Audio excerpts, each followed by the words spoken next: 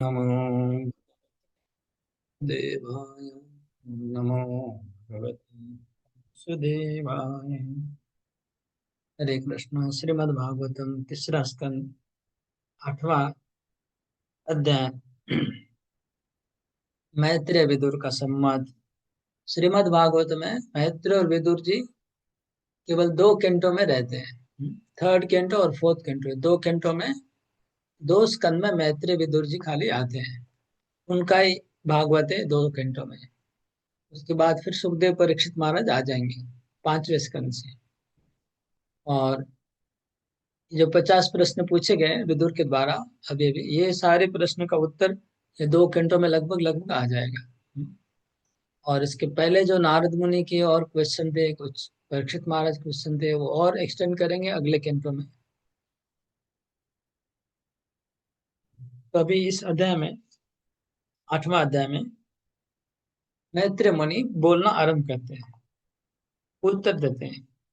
हम लोग एक चीज टिपिकली देख रहे हैं, पूरा दूसरा स्कंद में कई बार देखा, तीसरे स्कंद में भी जो भी बोलना आरंभ करता है पहले एकदम सृष्टि से शुरू कर रहे हैं। कैसे ब्रह्मा जी का जन्म हुआ, कैसे 24 तत्वों का, ये सब जगह देखा गया।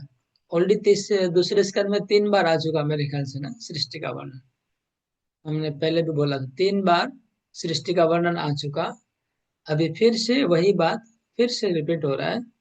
यहाँ भी मैत्रेय मुनि, क्योंकि सृष्टि के बारे में क्वेश्चन है, तो सृष्टि से शुरू करते हैं पूरा उनका कथा। सृष्टि उसके पहले, सृष्टि की कथा शुरू करने के पहले थोड़ा सा वो मैं विदुर जी का प्रशंसा करके फिर आगे बढ़ते हैं। सृष्टि का वर्णन पहले हमने सुना था, वो टेक्निकल था। टेक्निकल मतलब तत्व वाला था। यहाँ पर जो आएगा वो थोड़ा एक्शन वाला, लीला वाला है। ब्रह्मा जी का थोड़ा लीला आएगा इसमें। ब्रह्मा जी ने क्या क्या किया, कैसे किया। तो लीला आने से क्या है, वो थोड़ा और याद रखने में इजी होगा। पहले टेक्निकल था, इसमें लीला वाला है पाठ। मैत्रेय उवाच सत्सेवनीयो बत पूरुवंशो यल्लोकपालो भगवत्प्रधान बभूवित्यहा जितकर्तिमालाम् पदे पदे नूतनयस्य भीक्ष्णम् सत्सेवनीयो बत पूरुवंशो यल्लोकपालो भगवत्प्रधान बभूवितेह जितकीर्तिमालाम् पदे पदे नूतनयस्य भीक्ष्णम्। अनुवाद पढ़ेंगे। श्री मैत्रेय मुनि ने विदुर से कहा, राजा पुरु का राजवंश शुद्ध भक्तों की सेवा करने हेतु योग्य है, क्योंकि उस वंश के सारे उत्तराधिकारी श्री भगवान के प्रति समर्पित है। तुम भी उसी कुल में उत्पन्न हुए हो, और ये अद्भुत है कि तुम्हारे प्रयास से श्री भगवान की दिव्य लीलाएं प्रतिक्षण नूतन से नूतनतर होता जा रहा है। तात्पर्य। तात्पर्य। श्री मैत्रेय मुनि ने विदुर को धन्यवाद दिया और उनके वंश की ख्याति का संदर्भ देते हुए उनकी प्रशंसा की। पुरुवंश भगवत भक्तों से भरा पूरा था और इसके कारण महिमा मंडित था। चूंकि वे लोग निर्विशेष ब्रह्म या स्थानीय परमात्मा के प्रति अनुरूप न होकर सीधे श्री भगवान अर्थात पूर्ण पुरुषोत्तम से जुड़े थे, एतब वे श्री भगवान एवं उनके शुद्ध भक्तों की सेवा करने के योग्य थे। क्योंकि विदुर उसी वंश में वंशजों में से एक थे, अतः यह स्वाभाविक था कि वे श्री भगवान के नित नूतन यश का दूर दूर तक विस्तार करने में लग गए। विदुर जैसे व्यक्ति की महिमा मंडित संगति पाकर श्री मैत्रेय मुनि आनंदित थे। उन्होंने विदुर की संगति को अतीव वांछनीय माना, क्योंकि ऐसे संगति से मनुष्य की भक्ति में सेवा की सुषुप्त प्रवृत्तियां त्वरित हो जाती है। तत्सेवनीयो बत पूरुवंश। तो पूरुवंश जिसमें पांडव और कौरव का जन्म हुआ है, हाँ, जिसमें विदुर जी का जन्म हुआ है, जो पूर्व वंश है वो कैसा है, सत्सेवनीय, वो हमेशा शुद्ध भक्तों की सेवा करते आ रहे हैं। वैष्णवों की सेवा करना ही उस वंश में परम धर्म था। और सब लोग भागवत प्रधान थे। सत्सेवनीय बतपूर्व वंशो यल्लोकपालो भगवत प्रधान। तो ये वंश में जितने भी लोग प्रकट हुए सब लोकपाल थे। हाँ, लोकपाल मतलब सारे पृथ्वी के राजा थे, बड़े बड़े ग्रहों के राजा थे। और सब लोग भगवत प्रधान थे। उनका प्रधान उपासना भगवान का था, परमात्मा और ब्रह्म का नहीं था। भगवत प्रधान और सत्सेवनीय, और वो लोग सब वैष्णवों की और भक्तों की सेवा करते थे। तो ऐसा सुंदर वंश था इनका, पूर्व वंश का। तो आगे के जमाने में वंश परंपरा को गाया जाता था, मतलब राजा की सभा होती थी, उस सभा में गवैया लोग आते थे, और गवैया उस वंश की महिमा गाते थे, राजा को सुनाते थे।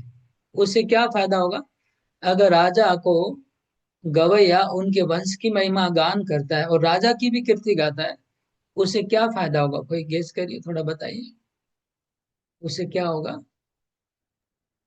उनको भी इंस्पिरेशन ना, उसको भी इंस्पिरेशन मिलेगा ना कुछ। बिल्कुल सही, उनको इंस्पिरेशन मिलेगा। और पॉइंट बताइए।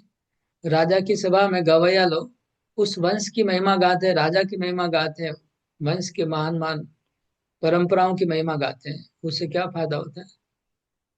वो लोग भी फिर वैसा करने का कोशिश करेंगे, क्या उसके बिल्कुल, लिए अच्छी वो लोग ना क्वालिटी धर्म निकालेंगे। धर्म का जो सिद्धांत है उसको और दृढ़ हो जाएगा उनका। उनको बार बार सुनेंगे तो उनको लगे अरे मैं इस वंश का हूँ, मैं गलती नहीं कर सकता हूँ, मैं झूठ नहीं बोल सकता हूँ। हाँ, रघुकुल रीत सदा चली आई, ये बोलते ना, प्राण जाए पर वचन न जाए। तो उनके दिमाग में बैठ जाता है कि हम इस वंश के हैं, इस वंश के लोग ऐसे हैं, उदार हैं, शक्तिशाली है, का युद्ध से भाग नहीं सकते कायर की तरह, उनको लड़ाई करना चाहिए, वीर होना चाहिए, स्त्रियों की रक्षा करनी चाहिए। उनको दिमाग में पूरा एकदम वो सब भर जाता है, इसलिए डेली सुनते हैं, डेली सुनते थे पूर्ववंश की महिमा। तो यहाँ पर पूर्ववंश की महिमा मैत्रेय मुनि गा रहे कि विदुर जी आपका जन्म उसी कुल में हुआ। और जो कुल में कीर्तिमाला, अजित की कीर्तिमाला, आप लोग के आ, चरित्रों के साथ भगवान का चरित्र जुड़ा हुआ है। पूर्ववंश के चरित्रों के साथ भगवान, अभी अर्जुन का नाम कृष्ण के सिवा, अर्जुन का नाम अगर कोई लेगा तो कृष्ण के सिवा तो अर्जुन का नाम अधूरा ही होगा, है कि नहीं। और पांडव का नाम लेंगे तो कृष्ण जरूर आ जाएंगे उसमें। तो ऐसा है इनका वंश, कि वंश के किसी भी आदमी का उठा के नाम ले लो तो भगवान की बात आ जाएगी। और स्पेशल बात क्या बोले, पदे पदे नूतन ऐसी अभिक्षणम, ये बात बहुत स्पेशल है कि तुम कथा को नया बना रहे हो। मतलब विदुर जी भगवान की कथा को नया बना रहे हैं। ऐसे कैसे होता है, नया कैसे बना रहे हैं, इस प्रकार से प्रश्न कर रहे हैं और इतने उत्सुक है सुनने के लिए, तो बोलने वाले को नयापन लग रहा है। अगर सुनने वाले सोचेंगे कि बोरिंग है, ये तो हमने और 1000 बार सुन लिया है, वही बात बोल रहे हैं, तो उनका फेस पे कैसा, फेस पे अगर ऐसा इंडिकेशन आएगा तो बोलने वाले को कहाँ उत्साह रहेगा। लेकिन वो क्या है कि इतने ईगर है सुनने के लिए, कि जैसे कि कभी नहीं सुना है, पहले कभी नहीं सुना है, इस आशा से सुन रहे हैं। इसलिए पदे पदे नूतन है ऐसी, आप भगवान की कथा को नया नया बना रहे हैं। ओके, चैतन्य महाप्रभु कहते कि ध्रुव महाराज की कथा 100 बार सुन चुके हैं। ध्रुव महाराज की कथा महाप्रभु ने 100 टाइम सुना, ऐसे बोलते हैं। ओके, नेक्स्ट लो। सोहम नृणाम क्षुल्लसुखाय दुःखम् महद्गतानां विरमाय तस्य प्रवर्तये भागवतं पुराणम् यदा साक्षात् भगवान ऋषिभ्यो। अनुमान। अब मैं श्रीमद् भागवत पुराण से प्रारंभ करता हूँ, जिसे श्री भगवान ने प्रत्यक्ष रूप में महान ऋषियों से उन लोगों के लाभार्थ कहा है जो अत्यंत आनंद के लिए अत्यधिक कष्ट में फंसे हुए हैं।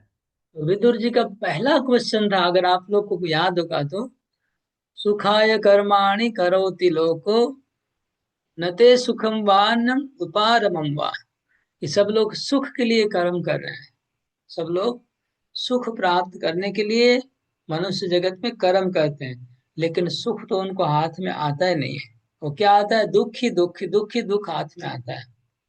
तो इसका आप इसका सॉल्यूशन बताइए, इसका सॉल्यूशन क्या है? तो इसी से उत्तर दे रहे हैं। ये प्रश्न बहुत पहले पूछा था विदुर जी ने, बहुत पहले स्टार्टिंग में। तो इसका बोले सो अहम नृणाम क्षुल्ल सुखाय। क्षुल्ल क्षुल्ल सुख, क्षुल्ल सुख मतलब अत्यंत तुच्छ सुख, जो सुख बहुत हल्का है, पतला है। हाँ? भक्तों ठाकुर कहते हैं चप्पल सुख। हाँ? चप्पल सुख, चप्पल मतलब एकदम पतला, एकदम पतला, एकदम हल्का सुख है, क्षुल्ल सुखाय। जैसे ये फल्गु नदी होती है ना, एकदम पानी बहुत कम है, वो भी अंदर में बह रहा है, ऊपर में तो बालू है। तो क्षुल्ल सुखाय, अत्यंत तुच्छ सुख के लिए क्या हो रहा है? दुख महदगता नाम, थोड़े से सुख के लिए महान दुख को उठा रहे हैं। थोड़ा सुख प्राप्त करने के लिए दुख, बहुत दुख का बोझा, इतना ज्यादा बड़ा दुख का बोझा उठाते हैं कि थोड़ा सा सुख प्राप्त करने के लिए। ये प्रॉब्लम बताया। इसका सॉल्यूशन विरम आया, उसको विरम मतलब स्टॉप, उसको पूर्ण विराम देने के लिए, उसको फुल स्टॉप करने के लिए मैं क्या कर रहा हूं? प्रवर्ते भागवतम पुराणम, मैं भागवत पुराण का प्रवर्तन करने जा रहा हूँ। ये मैंने सुना है, जब आ, भगवान शेष शेष भगवान शेषावतार, वो भगवान जब अपने चतुष कुमार को सुना रहे थे वो भागवत में, तो भागवत की एक दूसरी परंपरा यहाँ पर हम लोग सुनेंगे। एक परंपरा थी चतुश्लोकी भागवत, जो भगवान नारायण ने ब्रह्मा जी को बताई थी, वो परंपरा हम लोग ने सुनी। यहाँ पर दूसरी एक परंपरा, इसको याद रखना होगा सबको, ये परंपरा को। आसीन मूर्ध्यां भगवन्तमाद्यं संकर्षणं देवमकुण्डदिष्ट सत्वम् विवित्सवस्तमतः परस्य कुमार मुख्या मुनयो न पृच्छन्। कुछ काल पूर्व तुम्हारी ही तरह कुमार संतों के प्रमुख सनत कुमार ने अन्य महर्षियों के साथ जिज्ञासावश ब्रह्मांड की तली में स्थित भगवान संकर्षण से भगवान वासुदेव विषयक सत्यों के बारे में पूछा था। तो ये जो चतुष कुमार है, ये चतुष कुमार का संप्रदाय हो गया, है ना? वो ब्रह्मा का संप्रदाय था, समझ गए ना? है ना? भगवान, जो भगवान के नित्य पार्षद ब्रह्मा भी हैं, ब्रह्मा से एक संप्रदाय आता है, और भगवान के डायरेक्ट पार्षद चतुष कुमार भी है। यहाँ पर भगवान डायरेक्ट चतुष कुमार को भागवत का ज्ञान देते हैं। ये ये चतुष कुमार से संप्रदाय चालू हो रहा है। तो चतुष कुमार एक बार आ, ब्रह्मांड के तल में, ब्रह्मांड के तल में, ब्रह्मांड के नीचे भाग में, नीचे तल में कौन रहता है? ब्रह्मांड के तल में कौन रहता है? बोलते संकर्षण भगवान रहते हैं। हजार फणों वाले भगवान संकर्षण रहते हैं ब्रह्मांड के तल में, उनके सर के ऊपर पूरा भूमंडल टिका हुआ है। ठीक है? ऐसे कहते हैं कि इस ब्रह्मांड के नीचे जो हमारा मॉडर्न साइंस का जो कॉन्सेप्ट है ना ग्लोब का, वो पूरा मतलब पूरा ब्लफ है। ब्लफ समझते ना? ब्लफ तो जानते हैं सब लोग। हाँ, ब्लफ को हिंदी में क्या कहते हैं? हाँ, तो मॉडर्न साइंस का जो कॉन्सेप्ट है ना, सूर्य का और चंद्र का और पृथ्वी का, वो पूरा ब्लफ है। वो लोग कुछ दिन के बाद कभी ना कभी इनका एक्सपोज हो जाएगा, क्योंकि साइंस जैसे आगे आगे डिस्कवरी करेगा, सोचेगा अरे हमारा सब मैच नहीं हो रहा है, हमारा डाटा मैचिंग नहीं हो रहा है। तो डाटा जब मैच नहीं होगा तो दूसरा साइंटिस्ट आके दूसरा थ्योरी देगा, तब देखेंगे कि वो भागवत वाला मैच हो गया। हाँ, अभी ब्लफ चल रहा है। तो अकॉर्डिंग टू भागवतम, इस जहां पर हम लोग रहते हैं अभी, भूमंडल है, इसके तले में, इसके नीचे अंदर में 7 लोक है। और उसके एकदम एकदम नीचे पहुंच जाएंगे तो संकर्षण भगवान है। और वो संकर्षण भगवान जब हिलडुल करते तभी भूमिकंप होता है, भूमंडल पूरा हिलता है। ओके। तो भूमंडल पूरा उनके ऊपर है, संकर्षण भगवान के ऊपर भूमंडल उन्होंने टिका के रखा है भूमंडल को। और इसी के अंदर 7 लोक हैं। इसी के अंदर में, बाहर नहीं है, भूमंडल के अंदर में ही है। मतलब अगर यहाँ से अगर छेद किया जाए पृथ्वी से, अगर छेद करेंगे तो वो चला जाएगा पाताल लोक तक सीधा। ठीक है, ऐसा प्रमाण बहुत है शास्त्र का।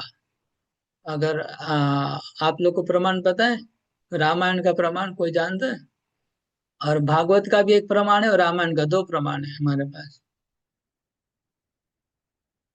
ओके। रामायण का प्रमाण है, हनुमान जी ने पृथ्वी के ऊपर एक बार पाताल लोक में जाने के लिए पृथ्वी के ऊपर उन्होंने लात मारा, पृथ्वी के अंदर घुस गए तो पाताल चले गए थे। और पाताल में से राम और लक्ष्मण को उद्धार करके लाया, क्योंकि पाताल में लेके गया था एक असुर था, वो राम लक्ष्मण को पाताल में लेके, तो पाताल में जब गए तो हनुमान जी बाहर से उड़ के नहीं गए। अगर अगर पाताल लोक अलग होता ना तो बाहर से उड़ के चले जाते। लेकिन कैसे जाना पड़ा? पृथ्वी को उन्होंने, पृथ्वी में गर्त किया, खड्डा किया, उस खड्डे से हनुमान जी गए। और इसके अलावा और एक भी लीला आती है इसमें, हम्म, भागवत में। जब सगर राज के पुत्र लोग जब अपने महाराज का ढूंढ रहे थे, घोड़े को ढूंढते ढूंढते वो भी पाताल में खड्डा खोद के नीचे चले गए थे पाताल में। तो ऐसे भागवत और शास्त्र में बहुत सारी घटना एविडेंस के रूप में दिख रही है कि पृथ्वी से नीचे जाने से पाताल आता है।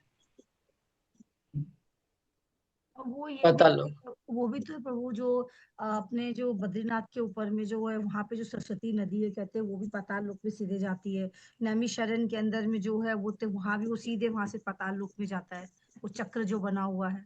होगा। हम्म। तो एक एक पाताल लोक जाने का रास्ता भी है। हाँ, उस रास्ते से ही मेरे ख्याल से सब लोग जा रहे हैं, हनुमान जी भी उसी रास्ते से गए हैं, और सगर राज के पुत्र भी इसी मार्ग से गए, चतुष कुमार भी उसी मार्ग से गए, गंगा भी उसी मार्ग से गई। और पाताल लोक जाके मंदाकिनी बन गई गंगा। तो गंगा स्वर्ग में अलकानंदा है, और गंगा देवी पृथ्वी पे भगीरथी है, और गंगा देवी पाताल में मंदाकिनी है। ठीक है। तो एक स्टैंडर्ड एक रास्ता है पृथ्वी के अंदर कहीं पर, सब लोग उसी मार्ग से, तो अलग से खड्डा नहीं खोदना पड़ेगा। तो ऑलरेडी किसी ने एक बार खड्डा खोदा है, उसी खड्डे को सब लोग यूज कर रहे हैं अभी जाने के लिए, ये ट्रैवलिंग के लिए, यातायात करने के लिए उसी को सब लोग यूज कर रहे हैं। तो सबसे पहले किसने वो खड्डा खोदा था? शायद सगर के पुत्रों ने खोदा था, पता लोग जाने का मार्ग। तो उसी को बाकी लोग यूज कर रहे हैं। तो ये बातें शास्त्रों में सब जगह दिखती है, अगर कोई सीरियस स्टडी करेगा तो सब मिलेगा। ये चतुष्कुमार लोग उसी मार्ग से नीचे गए, और नीचे जाके संकर्षण भगवान से मिले। और उन्होंने संकर्षण भगवान को किस प्रकार, किस रूप में देखा, क्या वहां पर हो रहा था, उसका वर्णन है। और उन्होंने कैसे प्रश्न पूछे और वहां से भागवत सुनी। और बहुत संकर्षण भगवान का रूप का इतना सुंदर वर्णन है। हम लोग सोचेंगे कि नाग है, भगवान नाग के रूप में, लेकिन कितने सुंदर है, कितने सुंदर है।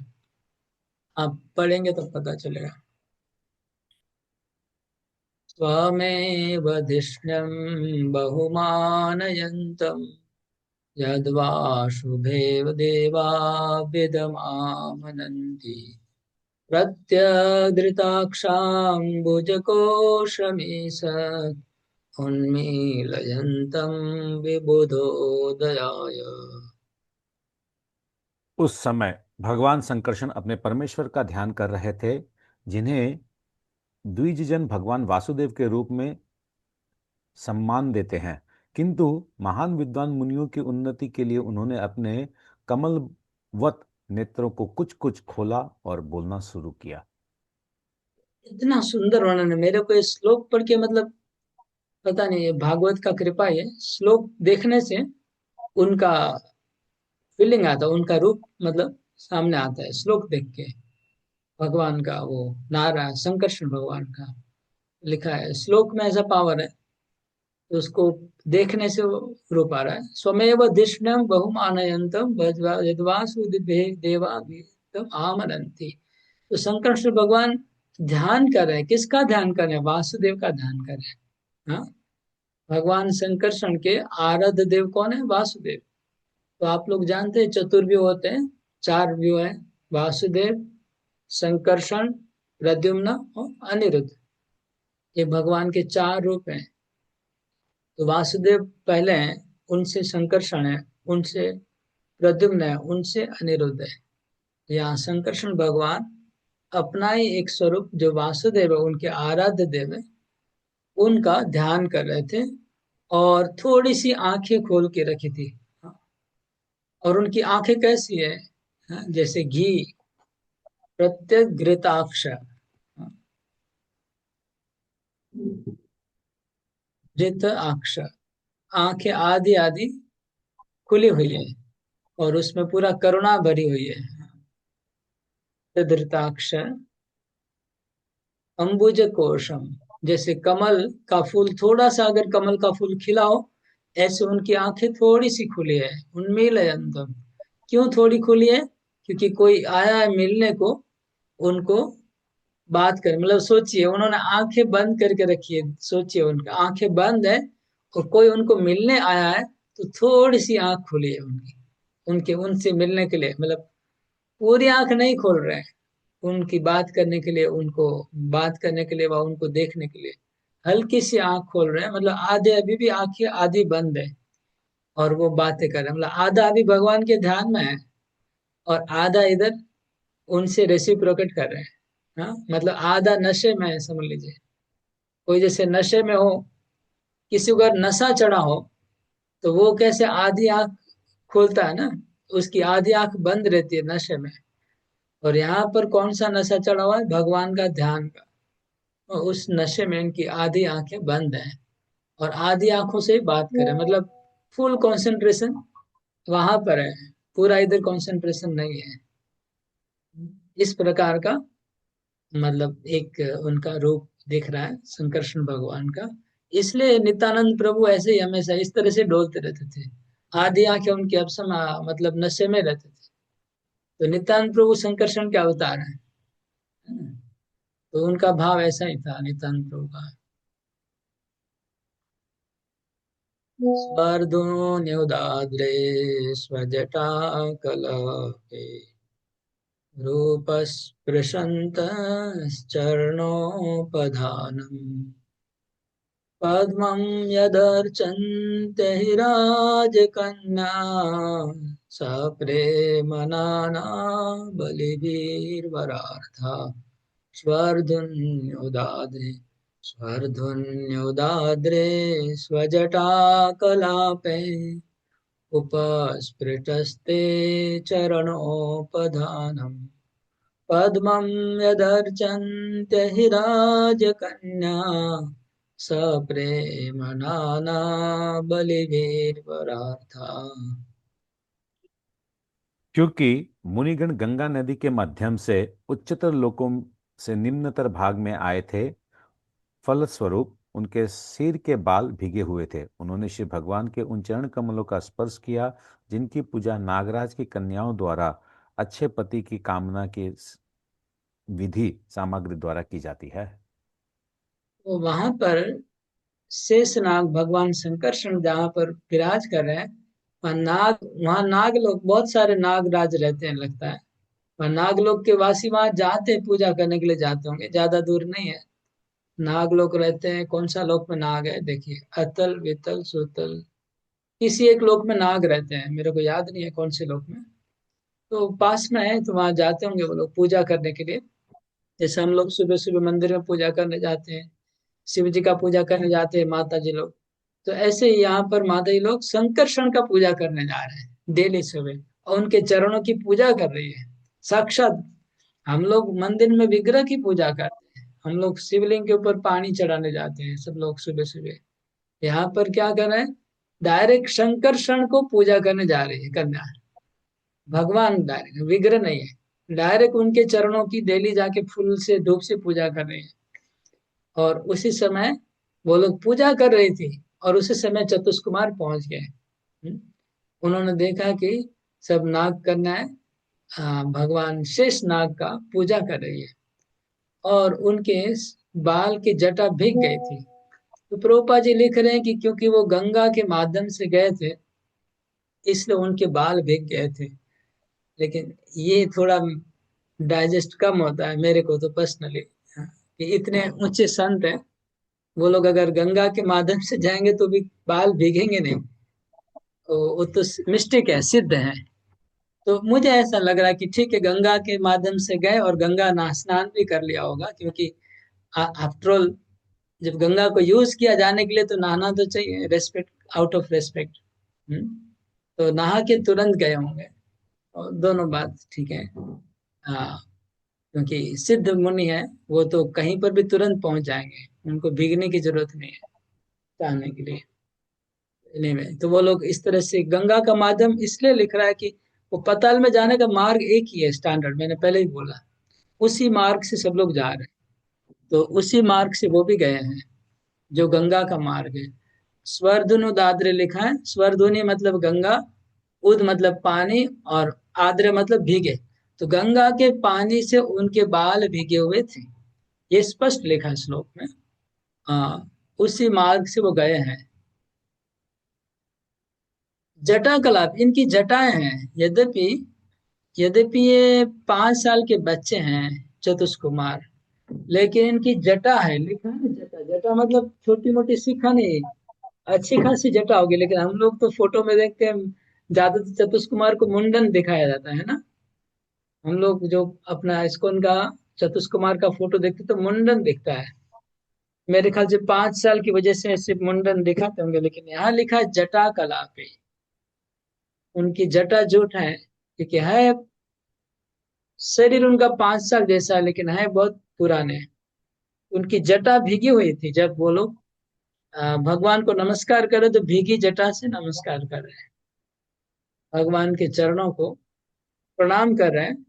उनकी भीगी जटा ही भगवान के चरण उपधानम लिखा है।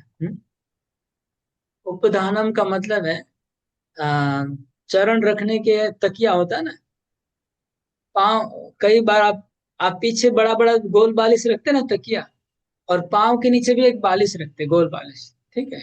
तो भगवान जो बैठे हैं शंकरषण, उनके पाँव के नीचे बड़ा एक बालिश है, गोल बालिश तकिया है, उसको कहते हैं चरण उपधानम, तकिए को। और तकिया हम लोग के जैसा नहीं होगा जैसे हम लोग सोच रहे हैं, वो स्पेशल तकिया है जिसकी वो लोग भी पूजा कर रहे थे, करना है। वो भगवान का पाद पीठ है, वो तकिया है, उसको वो लोग अपने जटा से छू रहे हैं, डायरेक्ट चरण को नहीं छू पा रहे। उस तकिए के पास प्रणाम किया, वो तकिया भीग रहा है इनके गंगा के पानी से। चरणोपधानम, तो भीगे हुए बालों से उस भगवान के चरणों के नीचे जो तकिया था उसको वो लोग स्पर्श कर रहे थे और प्रणाम कर रहे थे। स्पृशंतम, स्पर्श कर रहे थे, तो भीगे बालों से उसको स्पर्श किया, तकिए को।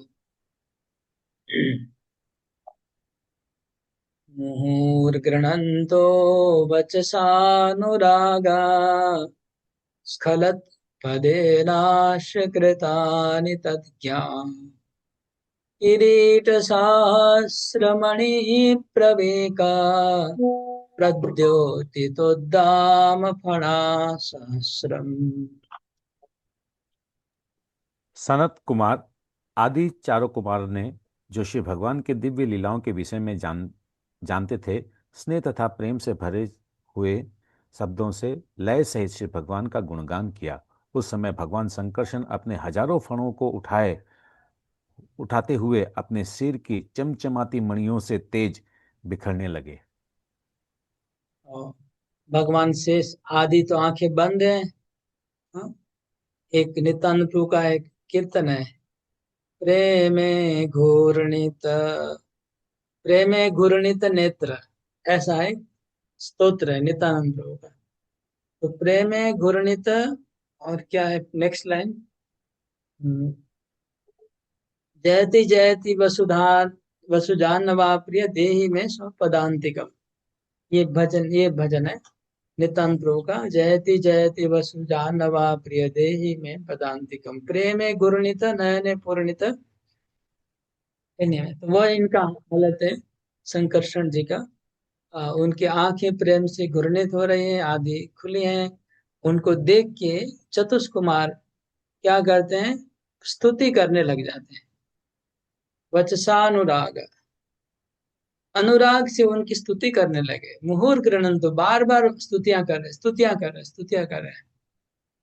स्खलत पदेनाश्च कृतानि तद्ज्ञा, उनकी वाणी गदगद हो रही है। हम लोग बोलते हैं नयनम गलसुरधाया वदनम गदगद रुद्धया गिरा। तो चतुष्कुमार की वाणी गदगद हो रही है। स्खलत पद मतलब वाणी गदगद होना, और उनकी महिमा को गा रहे थे। किरीट सहस्र मणि प्रवेक, तो उनके जो 1000 मस्तक हैं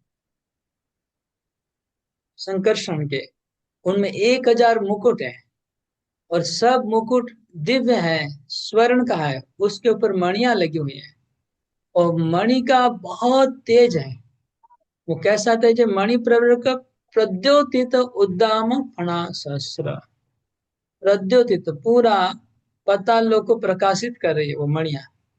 ऐसी मणि चमक वाली, तो मणि का प्रकाश आ रहा है, बहुत चमकीली मणियां हैं, हजारों मणियां हैं, हजारों फण के ऊपर। अति सुंदर उनका वो रूप है, सहस्र फणों वाला। वो धीरे धीरे उन्होंने उनकी तरफ ध्यान दिया और उनकी बातें सुनी। प्रोक्तम किलेतद् भगवत्तमेन निवृत्ति धर्मा विरताय तेन, सनत् कुमाराय च सचचाह पृष्ठ सांख्याय नायंग धृत व्रताय। इस तरह भगवान शंकर ने उन महर्षि सनत कुमार को श्रीमद् भागवतम का भावार्थ कहा, जिन्होंने पहले से वैराग्य का व्रत ले रखा था। सनत कुमार ने भी अपनी पारी में सांख्यान मुनि द्वारा पूछे जाने पर श्रीमद् भागवतम को उसी रूप में बतलाया जिस रूप में उन्होंने भगवान शंकरसन से सुना था। तो भगवान शंकरषण ने इस प्रकार सनत कुमार को भागवत सुनाया, और सनत कुमार ने सांख्यान ऋषि को सुनाया। यहाँ सनत कुमार के लिए लिखा है निवृत्ति धर्माय। निवृत्ति धर्माय मतलब है कि जिन्होंने संसार में प्रवेश नहीं किया, पहले से सन्यासी थे। और सांख्यान के लिए धृत व्रत लिखा है, वो भी ब्रह्मचारी व्रत पालन कर रहे हैं। पहले गृहस्थ थे कि पता नहीं, लेकिन यहाँ लिखा है धृत व्रत। वो भी सांख्यान, मतलब वो लोग भी ब्रह्मचारी थे, और उनका जो जिनको भागवत सुना रहे सांख्यान, वे अभी तो वो ब्रह्मचारी पालन करे जब सुना रहे। पहले का उनका हिस्ट्री नहीं पता सांख्यान का हमको, और उनके बारे में कुछ लिखा भी नहीं है तात्पर्य में ज्यादा, वो कौन थे क्या है इत्यादि। सांख्यायन पारमहंस्य मुख्यो विवीक्षमाणो भगवद् विभूति जगादशोष्मात् कुर्वेन्विताय पराशरायाथ बृहस्पति च। सांख्यन मुनि आध्यात्मिकवादियों में प्रमुख थे, और जब वे श्रीमद् भागवतम के शब्दों में श्री भगवान की महिमा का वर्णन कर रहे थे, तो ऐसा हुआ कि मेरे गुरु पराशर तथा बृहस्पति दोनों ने उनको सुना। तो परंपरा हो गई, संकर्षण भगवान से सनत कुमार, सनत कुमार से सांख्यान। स तीनों सौ याद रखना इजी है। देखिए सब ट्रिक है, टेक्निक है याद करने का। तो संकर्षण, सांख्यान, सनत कुमार, और उससे आ गए पराशर और बृहस्पति। वो वो दोनों ने सुना, पराशर और वशिष्ठ। पराशर इनके गुरु बने। अच्छा, पराशर देखिए व्यासदेव के गुरु हैं, और पराशर मैत्रेय के भी गुरु हैं। इसलिए भी समझ में आ गया मैत्रेय और व्यासदेव का क्या संबंध है। दोनों पराशर के शिष्य हैं। ठीक है, तो व्यासदेव के उधर शिष्य बन गए सुखदेव गोस्वामी, जो भागवत सुना रहे हैं। मैत्रेय के शिष्य बन के विदुर मुनि, वो भी भागवत सुना रहे हैं। तो ये आप ऐसे आप पॉइंट को मैच कर सकते हैं, अलग अलग पॉइंट्स। प्रोवाच मह्यम सदयालुरुक्तो मुनि पुलस्तेन पुराणमाद्यम् सोऽहं तवेतत् कथयामि वत्स श्रद्धालवे नित्यमनुव्रताय। जैसा कि पहले कहा जा चुका है कि महर्षि पराशर ने महर्षि पुलस्त के द्वारा कहे जाने पर मुझे अग्रगण्य पुराण अर्थात श्रीमद् भागवतम सुनाया। हे पुत्र, जिस रूप में उसे मैंने सुना है उसी रूप में मैं तुम्हारे सन्मुख उसका वर्णन करूंगा, क्योंकि तुम सदा ही मेरे श्रद्धालु अनुयायी रहे हो। तात्पर्य पढ़ी। तात्पर्य: पुलस्त मुनि नामक महर्षि सारे असुरों के पिता थे। एक बार पराशर ने यज्ञ करना प्रारंभ किया, उसके सारे असुरों को जलाकर नष्ट किया गया, क्योंकि उन असुरों में से किसी एक ने उनके पिता का वध करके उन्हें खा लिया था। महर्षि वशिष्ठ मुनि यज्ञ में पधारे और पराशर से अनुरोध किया कि इस घातक कृत्य को बंद कर दें।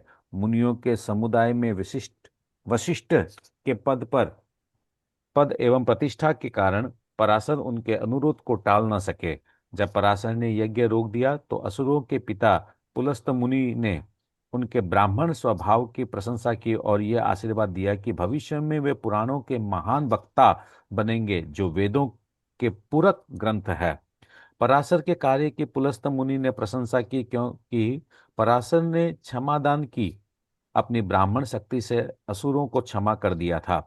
यज्ञ में पराशर सारे असुरों को नष्ट करने में समर्थ थे, किंतु उन्होंने विचार किया असुरों की उत्पत्ति ही इस तरह हुई है कि वे जीवित प्राणियों, मनुष्यों तथा पशुओं को खा जाते हैं, लेकिन मैं इतने भर के लिए क्षमा के अपने ब्राह्मण गुण को क्यों छोड़ दूं। पुराण में महान वक्ता पराशर ने सर्वप्रथम श्रीमद् भागवत पुराण के विषय में बतलाया, क्योंकि यह समस्त पुराणों के अग्रगण्य है। श्री मैत्रेय मुनि ने पराशर से सुन गए श्रीमद् भागवतम की ही वर्णन करने की इच्छा प्रकट की। विदुर उसको सुनने के पात्र थे, क्योंकि वे श्रद्धालु थे तथा अपने वरिष्ठ जनों से प्राप्त उपदेशों का पालन करने वाले थे। इस तरह श्रीमद् भागवतम अनादिकाल से गुरु शिष्य परंपरा द्वारा श्रील व्यासदेव के समय के पहले से ही सुनाया जा रहा था। तथा कथित इतिहास वेता पुराणों को केवल कुछ 100 वर्ष प्राचीन बतलाते हैं, किंतु वास्तविकता यह है कि पुराण अनादिकाल से सांसारी लोगों तथा तर्कवादी दार्शनिकों की समस्त ऐतिहासिक गणनाओं से बहुत पहले विद्यमान था। हरे कृष्ण। अभी बोलते ये थोड़ा यहाँ पर जो स्टोरी है, स्टोरी को थोड़ा सा याद रखने से अच्छा होगा। ये पराशर मुनि के पिताजी को असुर लोग खा गए। हम्म, ये स्टोरी याद रख, मतलब इतना इंटरेस्टिंग है तो याद करना इजी है। उनके बाप, उनके पिताजी को खा गए पूरा। हाँ, असुर लोग उनके पिताजी को जिंदा खा गए।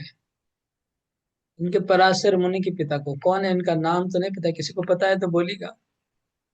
और फिर क्या हुआ? अच्छा, असुरों के बाप कौन है? पुलस्त मुनि। मतलब पुलस्त मुनि सब असुरों के पिता है, रूपा जी लिख रहे हैं ना। तो पुलस्त मुनि सब असुरों के पिता है। ये रावण के पिताजी पुलस्त है, पता है ना आप लोगों को, है ना। रावण का पिता पुलस्त है, लेकिन पुलस्त राक्षस नहीं है, असुर नहीं है। पुलस्त ब्राह्मण है। पुलस्त ब्राह्मण है और रावण असुर है।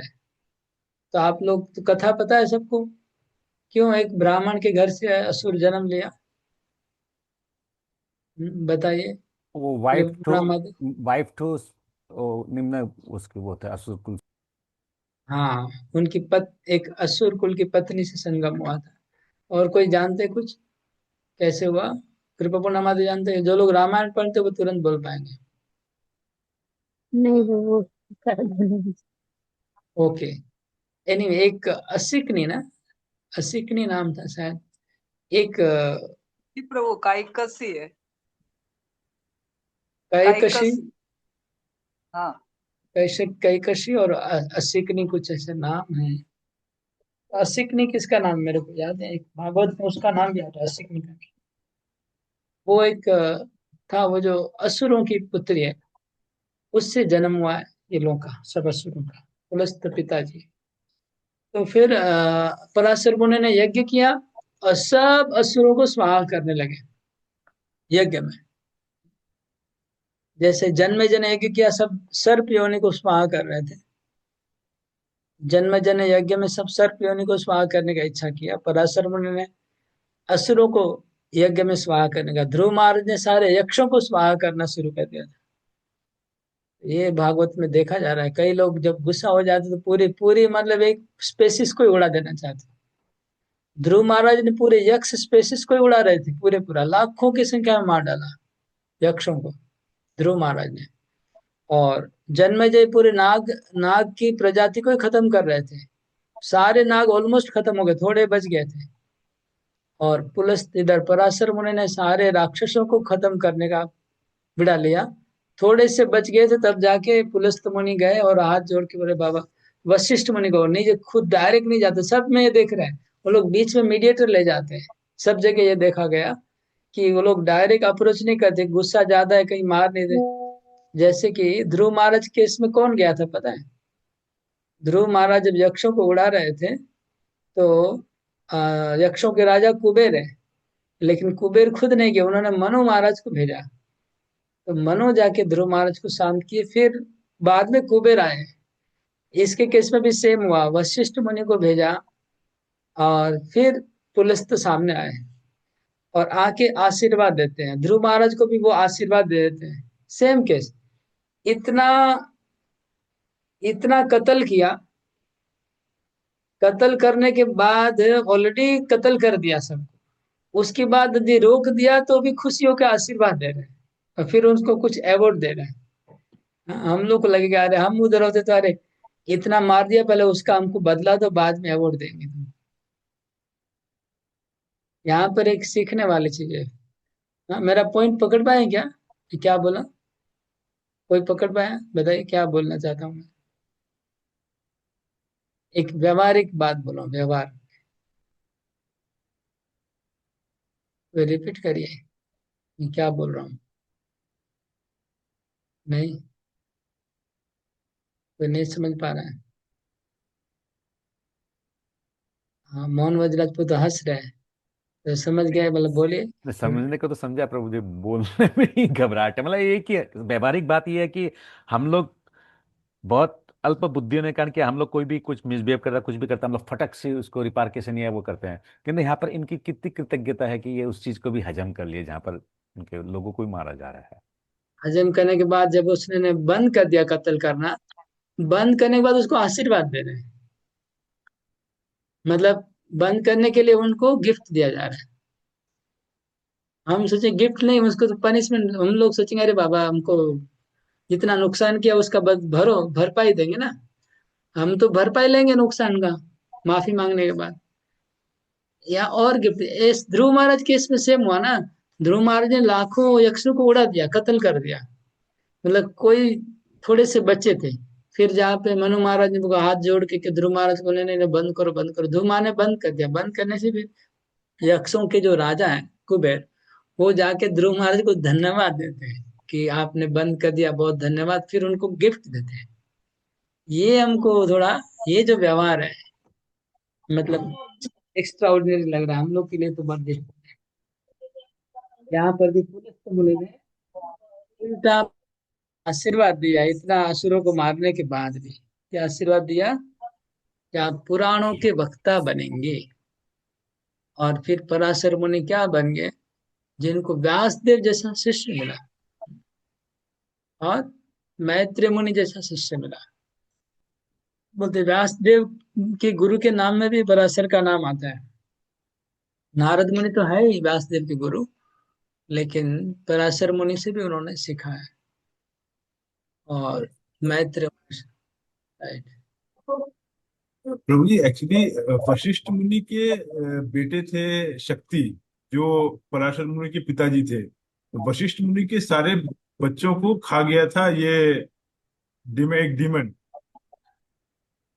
तो उसके बाद में जैसे ही जैसे जन्मेजय ने मैंने किया था, परीक्षित महाराज के बेटे थे जन्मेजय, वो यज्ञ कर रहे थे, वैसे ही ये स्टोरी है कि मैंने वशिष्ठ मुनि के पौत्र जो थे वो ये यज्ञ कर रहे थे, तो वशिष्ठ मुनि के सारे बेटे डेमंस को को। खा गए थे लोग, असुर लोग। हाँ, उसमें से एक था शक्ति, जो उसको ये लोग पराशर खा मुनि गए के थे, पिताजी असुर थे। लोग खा गए थे। एक असुर खा गया था सारे वशिष्ठ मुनि के बच्चों को। अच्छा, उसमें से वशिष्ठ एक था मुनि के शक्ति। बच्चों को एक असुर खा गया पूरा। अच्छा, फिर हाँ, क्या हुआ? और उसमें से एक था शक्ति, जो पराशर मुनि के पिताजी थे। तो वशिष्ठ का पोता बनता है पराशर मुनि। अच्छा। वशिष्ठ मुनि उनका पोता है पराशर मुनि। तो वो सेम किस्सा जैसे कि इसके क्या बोलते हैं, जन्मेजय जो पूजा कर रहे थे वसुकी को मारने के लिए, सिमिलर केस है ये वाला। पराशर मुनि यज्ञ कर रहे थे सारे असुरों को मारने के लिए। असुरों को मारने के लिए, क्योंकि उनके पिताजी को, वो मतलब वशिष्ठ मुनि का जो बेटा है, जो पराशर का पिता लगता है, उसको वो लोग खा हाँ, गए थे। इसलिए पराशर मुनि यज्ञ करे, तो उनके दादाजी आते हैं, मतलब वशिष्ठ मुनि को, वो दादाजी को अप्रोच किया उसने। सेम उसमें भी ध्रुव महाराज के दादाजी को अप्रोच किया कुबेर ने। Same same. ध्रुव महाराज के दादाजी लगता है मनु, तो वो भी दादाजी को अप्रोच किया। ये भी दादाजी को अप्रोच करता है। और दादाजी आके उनको समझाते हैं कि तुम बेटा रोक दो और लड़ाई मत करो। ओके। फिर पुलस्त मुनि को बोला तुम भी थोड़ा गिफ्ट दे दो उसको। मैं भी रोकने को बोलता हूँ, तुम भी कुछ व्यवस्था करो। देखिए कैसे सेटिंग कर रहे हो। बोले मैं भी रोकता हूँ, लेकिन तुम भी कुछ उसको गिफ्ट दे दो। मनु महाराज भी बोलते कुबेर को, ठीक है मैं रोकने जाता हूँ, लेकिन तुम भी मेरे पोते को कुछ आशीर्वाद दे दो। हाँ, हनुमान जी के केस में भी ऐसा हुआ। हनुमान जी को जब इंद्र ने मार दिया था, उनके पिताजी बहुत गुस्से हो गए थे। फिर आ, और पूरा ब्रह्मांड का सब आयु, हवा बंद कर दिया, श्वास लेना बंद हो गया। फिर ब्रह्मा जी के पास गए तो ब्रह्मा जी ने क्या बोला, ठीक है मैं उसको ठीक कर देता हूँ, लेकिन तुम लोग सब उसको आशीर्वाद दो। तो फिर सबका हवा वापस, श्वास प्राणवायु वापस आया, लेकिन सबको आशीर्वाद देना पड़ा। हनुमान जी को आशीर्वाद दिया सबने। तो ये डीलिंग हम देख रहे हैं शास्त्र में, कि ये डीलिंग पूरा सब स्टोरी में मैच हो रहा है। वहां पर भी सेम स्टोरी हो रहा है, हनुमान जी के केस में भी। सब ने फिर आशीर्वाद दिया, तब जाके उन्होंने विड्रॉ कर लिया अपना जो भी पावर था वायुदेव में। ये बहुत सिमिलर स्टोरीज है। इससे हम लोग कुछ व्यवहारिक शिक्षा ले सकते हैं। मतलब कहीं पर कोई प्रॉब्लम को सोल्व करना है, तो आपको गिफ्ट देने के लिए तैयार रहना पड़ेगा।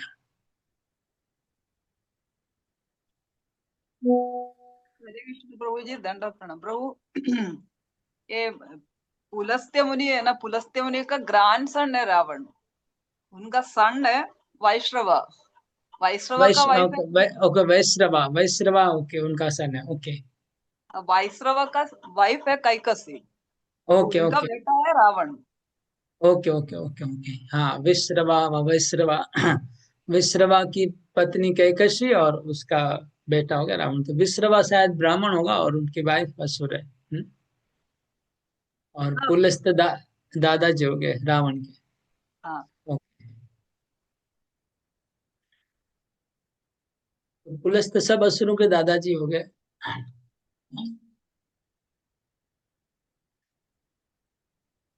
सब असुरों के दादाजी पिताजी कैसे बने, वो भी कुछ कथा होगी। ओके, तो कुछ स्टोरीज है, इसको भी थोड़ा याद रखना चाहिए। इससे भी कुछ शिक्षाएं मिलती है, और पॉइंट मैचिंग करने में सुविधा होती है। उदाप्लुतं विश्वमिदं तदासीत् यन्निन्द्रयामीलितदृङ्नमीलय ऐन्द्रतल्पे दिशयानैका कृतक्षणाश्वात्मरतो निरीह। उस समय जब तीनों जगत जल में निमग्न थे, तो गर्भोदक्षाय विष्णु महान सर्प अनंत की अपनी सैया में अकेले लेटे थे। यद्यपि वे अपनी निजी अंतरंगा शक्ति से सोए हुए लग रहे थे और बहिरंगा शक्ति के प्रभाव से मुक्त थे, किंतु उनकी आंखें पूर्णतया बंद नहीं थी। उदाप्लुतम मतलब यहाँ से शुरू हुआ, यहाँ से उनकी भागवत कथा शुरू हो रही है। किसकी? मैत्रेय मुनि विदुर जी को सुनाना आरंभ कर रहे हैं। और पहला शब्द है उदाप्लुतम, मतलब प्रलय के पानी में सब कुछ डूबा हुआ है, वहां से शुरू हो रहा है। तो मैत्रेय मुनि की भागवत शुरू होती है कहाँ से? जहाँ पर प्रलय का पानी से सब कुछ डूबा हुआ है, ठीक है, वहां से इनकी भागवत शुरू हो रही है। मतलब पहले जो हम लोग सुन रहे थे वो बहुत ऊपर से था, समझ गए ना, जहाँ महत्व तत्व का सृष्टि हुआ, फिर ये सब वर्णन था, 24 तत्वों का सृष्टि हुआ, फिर ब्रह्मांड बना, ब्रह्मांड में विराट रूप प्रकट हुआ, उसके अंदर फिर 14 भुवन का कॉन्सेप्ट हुआ, ये सब था। लेकिन यहाँ शुरू हो रहा है उदाप्लुतम, प्रलय के बाद पानी पूरा डूबा हुआ था, वहां से शुरू हो रहा है। मतलब ब्रह्मांड के अंदर से कथा शुरू हो रही है, ब्रह्मांड के बाहर से नहीं। ये कथा आरंभ हो रही है ब्रह्मांड के अंदर से, ब्रह्मा जी का जन्म अभी नहीं हुआ है, तो यहाँ से आरंभ हो रही है। सौंद शरीरेऽर्पितभूत सूक्ष्म कालात्मिकां शक्तिमुदीरयाण उवास तस्मिन् सलिले सलिले पदे स्वे यथा नमो दारुणिरुद्धवीर्य। जिस तरह ईंधन की लकड़ी के भीतर अग्नि की शक्ति छिपी रहती है, उसी तरह श्री भगवान समस्त जीवों को उनके सूक्ष्म शरीर में लीन करते हुए प्रलय के जल के भीतर पड़े रहे।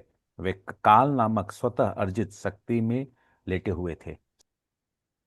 ओके, तो भगवान जो यहाँ गर्भोदकशाही विष्णु है, ठीक है ना, तो गर्भोदकशाही विष्णु गर्भ सागर के पानी में लेटे हुए हैं, और सारे जीव जितने भी जीवात्मा है उसका एक मतलब, जीवात्माओं का क्या बोलेंगे, एक क्लस्टर, हाँ क्लस्टर बोलते हैं ना, जीवात्माओं के एक झुंड, वो झुंड, जीवात्माओं का पूरा झुंड उनके पेट के अंदर है, ठीक है, समझ ना, कोशिश करिए। गर्भोदकशाही विष्णु के पेट में सारे जीवात्माएं एक गोला बना के पड़े हुए हैं, कि गोला है, उस गोले में सारे जीवात्माएं हैं, वही है शक्ति, उसको शक्ति बोला गया है, तटस्थ शक्ति।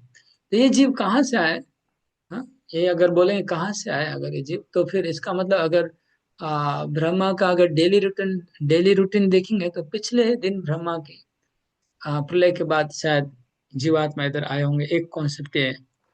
और दूसरा हो गया कि पूरा ब्रह्मांड का नाश होने के बाद जब ब्रह्मांड बना, तो ब्रह्मांड बना तो वो जीवात्मा कारणदक्षा विष्णु से इधर आ गए, इनके अंदर आए। जीवात्मा जो पहले पिछले समय में प्रलय कालीन में जो जीवात्मा का भगवत धाम नहीं गए थे, वो सब जीवात्मा पड़े हुए थे, वो सब गोडाउन में स्टॉक में पड़े हुए थे, वो भगवान के शरीर में थे। उनको उन्होंने देखा, किसने देखा? गर्भदक्षा विष्णु ने उन जीवात्माओं को देखा, और क्या देखा? कालात्मिका, काल नाम की शक्ति, ये काल नाम की शक्ति वहां पर भी आई थी, यहाँ पर भी आई, सेम बात है। काल नाम की शक्ति को देखा और जीवात्माओं को देखा, उनके उनके कर्मों को देखेंगे भगवान, तीनों चीज को देखेंगे, तब जाके सृष्टि चालू होगा। जीवात्माओं को, उनकी सुप्त इच्छाओं को, वासनाओं को, काल को, माया को, भगवान उनको देखेंगे।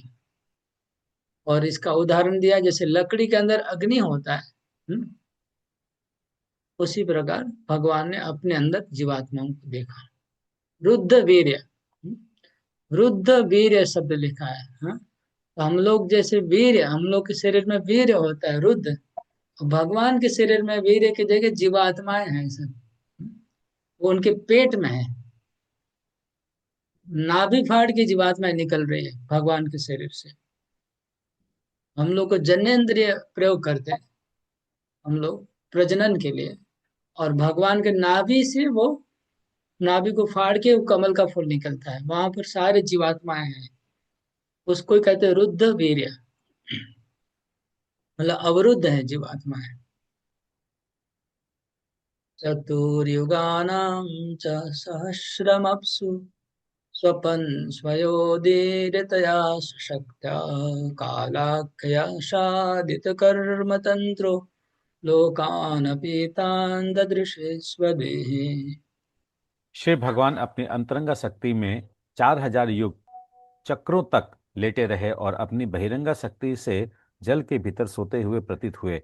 जब सारे जीव काल शक्ति द्वारा प्रेरित होकर अपने सकाम कर्मों का आगे विकास करने हेतु बाहर आ रहे थे तो उन्होंने अपने दिव्य शरीर को नीले रंग का देखा। हाँ, नीले रंग का देखा। भगवान का शरीर भी नीला हो गया। क्यों नीला हो गया? जैसे शिव जी का कंठ नीला हो गया, नीलकंठ। भगवान का पेट नीला हो गया, क्योंकि पेट वो नीला क्यों हो गया? क्योंकि जीवात्माओं की जो वासना है ना, कर्म वासना, भोग करने की इच्छा, वही नीला नीला है। वो कलमश है, वो कलुष है। तो भोग वासना जो जीवात्माओं के अंदर है, वही नीला रंग बन गया, नीला रंग बन गया। और वो अभी भगवान ने देखा कि जीवात्मा लोग बहुत उत्पात कर रहे हैं, पेट में उनकी बहुत इच्छा है भोग करने की। उसको अनुभव किया भगवान ने। तो उन्होंने अपनी काल नामक शक्ति का प्रयोग किया, जीवात्माओं के कर्मों को देखा और जीवात्माओं की वासनाओं को, सबको अपने शरीर में देखा भगवान ने। तस्यार्थ सूक्ष्माभिनिवेष्ट दृष्टेरन्तर्गतोऽर्थो रजसातनीयान् गुणेन कालानुगतेन विद्ध शुष्यंस्तदा भिद्यतनाभिदेशात्। सृष्टि का सूक्ष्म विषय तत्व जिस पर शिव भगवान का ध्यान टिका है भौतिक रजोगुण द्वारा विशुद्ध हुआ। इस तरह से सृष्टि का सूक्ष्म रूप उनके उदर तथा नाभि से बाहर निकल आया। तो यहाँ पर देखिए, भगवान ने वहां दृष्टि डाली, कहाँ पर? पेट के ऊपर। ठीक है ना? वो दृष्टि, भगवान तो अंतर्यामी है, अंदर का, पेट के अंदर भी देख सकते हैं ना। भगवान हमारे जैसे ऐसा नहीं कि अंदर में नहीं देख पा रहे, भगवान तो अंदर भी देख पा रहे हैं कि पेट के अंदर जीवात्माएं खलबली मचा रहे हैं सब। बाहर निकले खलबली कर रहे हैं, वो लोग को भोग करने की इच्छा हो रही है। तो भगवान उनको देखा, और भगवान तो अंतर्यामी है, जीवात्मा की वासनाओं को देख रहे हैं। और फिर भगवान ने काल को देखा, माया शक्ति को देखा, उनके कर्मों को देखा। तो भगवान की दृष्टि से ही मतलब सृष्टि आरंभ होती है। यहाँ लिखा है भिद्यत नाभि दिशा। भिद्यत मतलब, भिद्य मतलब फाड़ के। हाँ, तो नाभि को फाड़ के वजह से आप लोग उद्भिद बोलते हैं हम लोग। आप लोग देखा है कभी गांव में, खेत में, जब हम लोग बीज डालते हैं, है ना, और पानी डालते हैं, तो वो मिट्टी को फाड़ के वो पौधा बाहर निकलता है। भीगा हुआ मिट्टी होता है, मिट्टी फट जाता है और उधर से पौधा निकलता है। ऐसे ही भगवान की नाभि को फाड़ के एक कमल का फूल निकल रहा है, और उसके अंदर एक कमल का पेड़ निकल रहा है, उसके अंदर सारी जीवात्माएं हैं। ठीक है ना? ये मतलब स्पष्ट लिखा है श्लोक में। यद्यपि एग्जैक्टली ऐसा नहीं होगा जैसा हम लोग यहाँ देखते हो, तो पूरा अनेक ऊपर लेवल का बात है ना। तो बहुत सूक्ष्म लेवल का बात है। एग्जैक्टली हमारे जैसा नहीं होगा जैसे पृथ्वी पे हो रहा है, लेकिन कॉन्सेप्ट वो है, कॉन्सेप्ट वही है। कॉन्सेप्ट खाली बता रहे हैं, लेकिन एग्जैक्टली सेम नहीं समझना चाहिए सब कुछ। ओके, अगला श्लोकानुवाद पढ़िए प्रभु।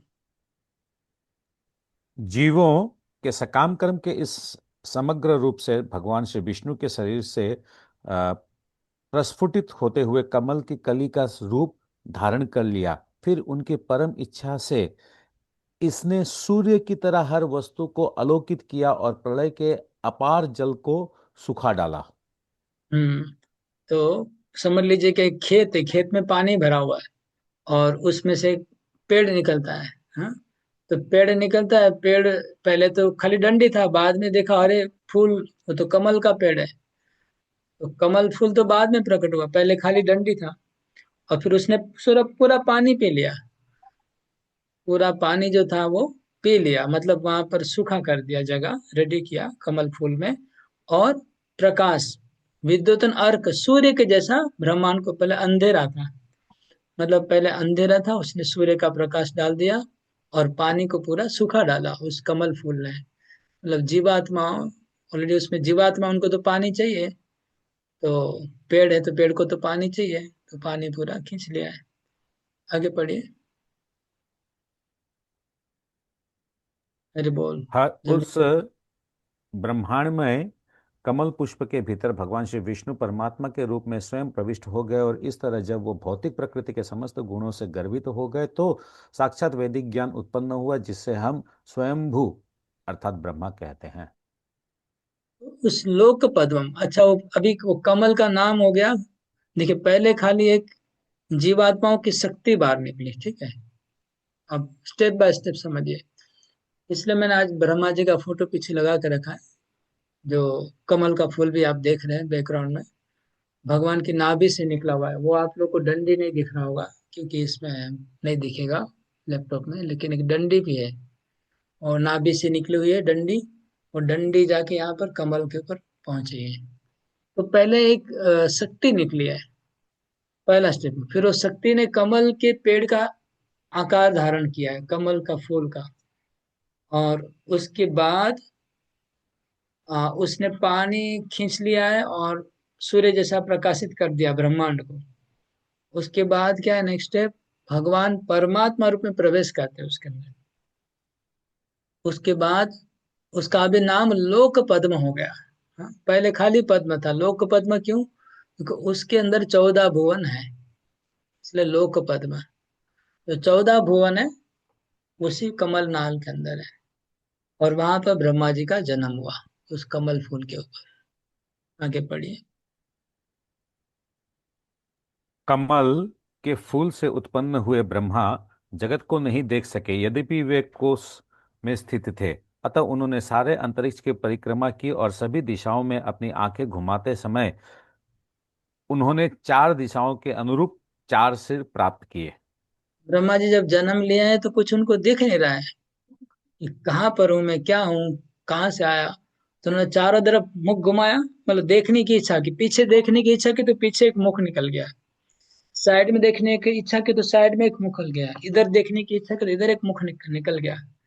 तो जहां जहां देखने की इच्छा हुई चारों तरफ 4 मुख उनके निकल गए। आगे पढ़िए उस कमल जल्दी। पर स्थित ब्रह्मा ने तो सृष्टि को, न कमल को, न ही अपने आप को भली भांति समझ सके। युग के अंत में प्रलय वायु जल तथा कमल को बड़ी बड़ी भंवरों में हिलने लगी। ओके, क्या हुआ, पढ़ लिए पूरा? ओके, आप पढ़ लिए। अगला श्लोक पढ़िए, अनुवाद। ब्रह्मा ने अपनी अनभिज्ञता से विचार किया, इस कमल के ऊपर स्थित मैं कौन हूँ? ये कमल कहाँ से फुटकर निकला है? इसके नीचे कुछ अवश्य होना चाहिए, और जिससे ये कमल निकला है उसे जल के भीतर होना चाहिए। आगे पढ़िए। इस तरह विचार करते हुए ब्रह्मा कमल नाल के रंध्र अर्थात छिद्रों के मार्ग से होकर जल के भीतर प्रविष्ट हुए, किंतु नाल में प्रविष्ट होकर तथा श्री विष्णु की नाभि के निकट जाकर भी वे जड़ अर्थात मूल का पता नहीं लगा पाए। ओके, तो देखिए थोड़ा स्टोरी को, स्टोरी टाइप है ना, तेरे को स्टेप बाय स्टेप याद रखना चाहिए। तो ब्रह्मा जी जैसे जन्म लिए, पहले चारों तरफ देखा 4 मुख हो गए। उसके बाद वहां पर ना तूफान आ गया, तो कमल हिलने लगा, समझ रहे? तो यहाँ पर अलग अलग वर्जन है, ठीक है ना। एक कल्प कल्प भेद की कथा होती है ना, हल कल्प में अलग अलग कथा होती है। तो एक में ऐसा नहीं कि कमल हो हिलने लगा ब्रह्मा जी गिर गए, ऐसा भी है। कहीं पर ऐसा तो इतना जोर से तूफान आया कि कमल के ऊपर से ब्रह्मा जी गिर गए, वो दूसरी कथा है। यहाँ पर वो नहीं है। यहाँ पर जब कमल डोलने लगा तो डर गए, वो सोचने लगे मैं कौन हूँ, मैं कहाँ से आया हूँ, ये कमल का आधार कहाँ है, कमल कहाँ से निकला है। तो उसको ढूंढने के लिए कमल के नाल के भीतर जाते हैं ब्रह्मा जी।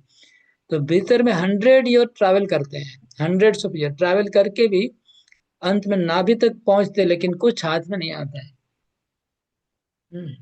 फिर आगे नाभि के बाद जाने के बाद भयंकर काल को देखते और वो डर के मारे भाग के आ जाते। वो अगले श्लोक में पढ़ी।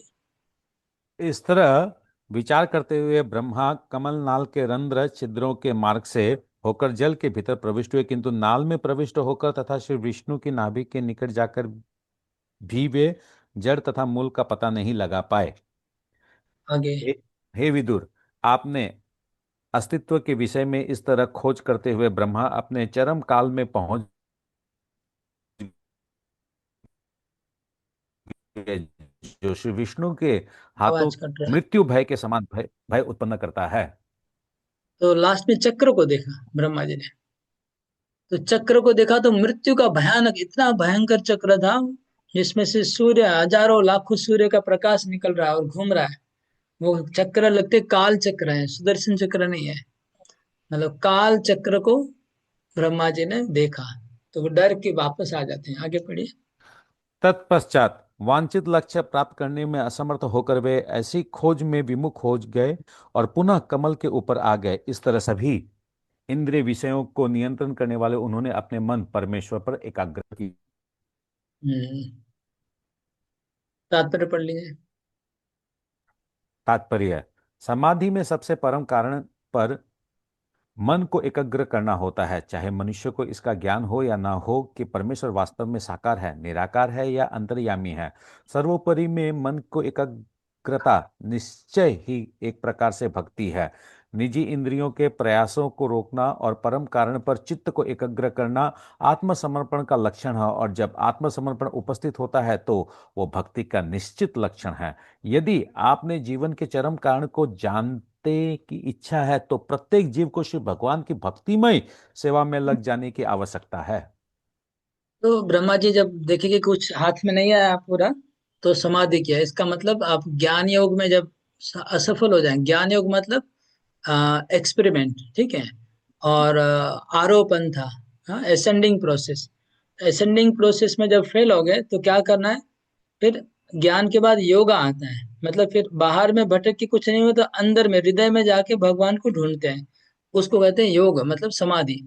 तो ब्रह्मा जी ऐसे आउटवर्ड से इनवर्ड आ गए, ठीक है। नेक्स्ट पढ़िए। अपने 100 वर्षों के बाद जब ब्रह्मा का ध्यान पूरा हुआ तो उन्होंने वांछित ज्ञान विकसित किया, जिसके फलस्वरूप वे अपने ही भीतर अपने हृदय में परम पुरुष को देख सके, जिन्हें वे इसके पूर्व महानतम प्रयास करने पर भी नहीं देख सके थे। तो बाहर में इतना ढूंढ के हजारों वर्ष कुछ नहीं हुआ, लेकिन अंदर में जब गए तो अंदर में 100 वर्ष का ध्यान किया तो भगवान ने दर्शन दे दिया। इसका मतलब आगे के युगों में ध्यान से भी भगवान प्राप्त हो जाते थे। तो ध्यान किया तो भगवान उनको दर्शन दे दिए। तो भगवान का बहुत सुंदर रूप का वर्णन है। मैं श्लोक इसको गाना है। मृणाल घोरायत शेष भोगा पर्यंक एकं पुरुषं शयानम् फणात पत्रायुत मूर्धरत्नम द्युतिर्हतध्वांत युगांत तो ये। ब्रह्मा ये देख सके कि जल में कमल जैसे विशाल श्वेत सैया थी, जो शेषनाग का शरीर था, और उस पर श्री भगवान अकेले लेटे थे। सारा वायुमंडल शेषनाग के फन को विभूषित करने वाले रत्नों की किरणों से प्रतिपत था, और इस प्रकाश से उस क्षेत्र का समस्त अंधकार मिट गया था। मतलब जिस संकर्षण भगवान का हम लोग ने पहले वर्णन सुना है थोड़ा देर पहले, उन्हीं का अभी ब्रह्मा जी दर्शन कर रहे हैं। तो ब्रह्मा जी का आंखों से, उनका कैमरा से हम लोग अभी भगवान को दर्शन कर रहे हैं। थोड़ा रूप का और डिटेल में वर्णन हो रहा है। तो उनका शरीर का रंग कैसा है, मृणाल गौर, गौर वर्ण का है। हाँ, गौर मतलब कौन सा गौर, मृणाल, मृणाल मतलब कमल। तो सफेद रंग का जो कमल होता है, मतलब हल्का सा ब्लू होता है ना, थोड़ा थोड़ा सा ब्लूइश, तो वो मृणाल गौर है। तो मृणाल गौर रंग का उनका शरीर है। वो नागराज का शेष भोग, नागराज है। नहीं, नहीं नहीं, नाग के ऊपर सोए हैं, नाग के शेष भोग पर्यंक, मतलब शेष नाग के बिस्तर पे वो लेटे हुए, पर्यंक मतलब पलंग, वो पलंग है, उसके ऊपर भगवान गर्भदीक्षा विष्णु का दर्शन कर रहे हैं यहाँ पर, है ना। फणात पत्रायुत मूर्ध रत्नम, और उस शेष नाग के ऊपर आ, आ, आतपत्रम, शेष नाग उनके शरीर के ऊपर छत्ता, अम्ब्रेला बना के रखा है। भगवान नारायण सो रहे हैं, गर्भदक्ष विष्णु, सॉरी शंकरष्ण भगवान, जिनका हम पहले, वो दूसरे हैं, नारायण भगवान है। और उनके सर के ऊपर शेष नाग ने छत्ता बना के रखा है, अम्ब्रेला, और उनके ऊपर बहुत सारे मणि लगी हुई है, जो पूरे अंधकार को खा जा रही है। युगांत तो युगांत मतलब प्रलय, जो पिछली बार जो सृष्टि हुआ था, उस सृष्टि का प्रलय होने के बाद जो पानी भर गया था, उस पानी को ये मणियां सुखा रही है। ऐसी मणियों का वर्णन है, जिन्हों ब्रह्मा जी ने ऐसा दर्शन किया।